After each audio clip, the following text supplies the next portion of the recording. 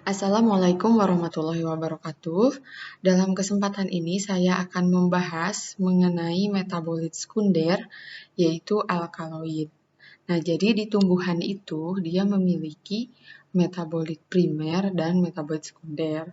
Kalau metabolit primer itu esensial atau sangat penting untuk keberlangsungan hidup si tumbuhan.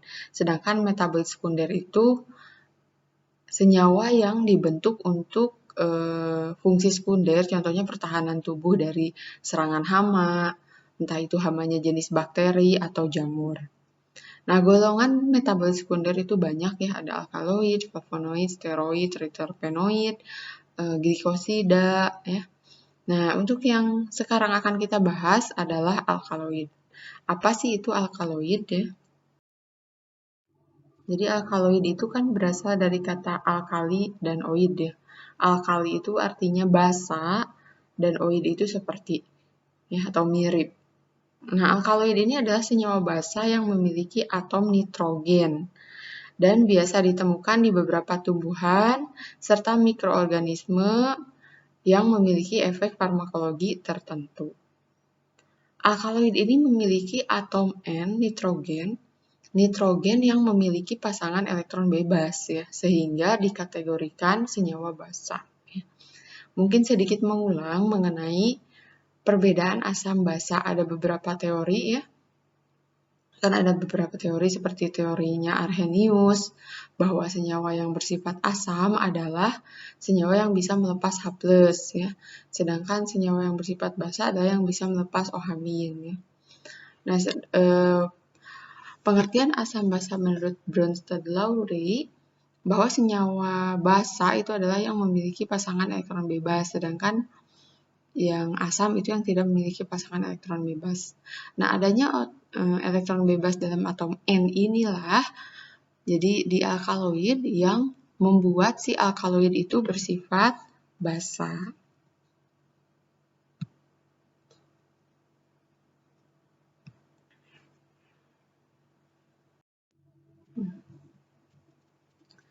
Nah, jadi kita lihat ciri-ciri alkaloid. Yang pertama mengandung nitrogen, ya, jadi ada atom N-nya. Kedua memiliki rasa yang sepet atau getir, ya. Jadi atom N itu ketika dia bereaksi dengan reseptor yang ada di lidah menghasilkan rasa sepet, ya. Contoh simplicia atau tanaman yang mengandung alkaloid adalah daun sirih. Nah, itu jadi bisa kalian simpulkan lah kenapa kalau kita minum rebusan sirih misalnya rasanya sepet ya atau getir itu karena adanya kandungan alkaloid dalam tanaman tersebut. Yang ketiga mengendap ketika direaksikan dengan logam iodida. Nah, alkaloid ini bisa ada dalam bentuk bebas atau bereaksi dengan senyawa-senyawa asam yang ada di tanaman ya. Jadi di tanaman itu kadang kan ada senyawa-senyawa asam kayak asam tartrat, asam sitrat. Ketika dia berikatan dengan alkaloid bisa membentuk garam. Ingat reaksi asam basa standar ya, bahwa asam ditambah basa itu akan menghasilkan garam. Nah, alkaloid dalam bentuk bebas itu larutnya di pelarut organik, contohnya kloroform gitu ya. Nah, kalau alkaloid dalam bentuk garam, jadi ketika si alkaloidnya itu terikat dengan senyawa asam yang terkandung dalam tumbuhan, maka dia akan larut di air. Ada beberapa metode untuk menguji alkaloid. Yang pertama, reaksi Dragendorf. Reagennya isinya kalium bismut iodida. Positif alkaloid bila terdapat endapan warna jingga. Untuk ngecek alkaloid, kita juga bisa pakai reaksi Mayer. Isinya kalium merkuri iodida. Positif bila menghasilkan endapan warna putih. Kemudian yang ketiga ada reaksi Wagner, yaitu I2 dalam kalium iodida. Positif alkaloid jika terbentuk endapan merah bata. Nah, sekarang kita akan membahas mengenai penggolongan alkaloid.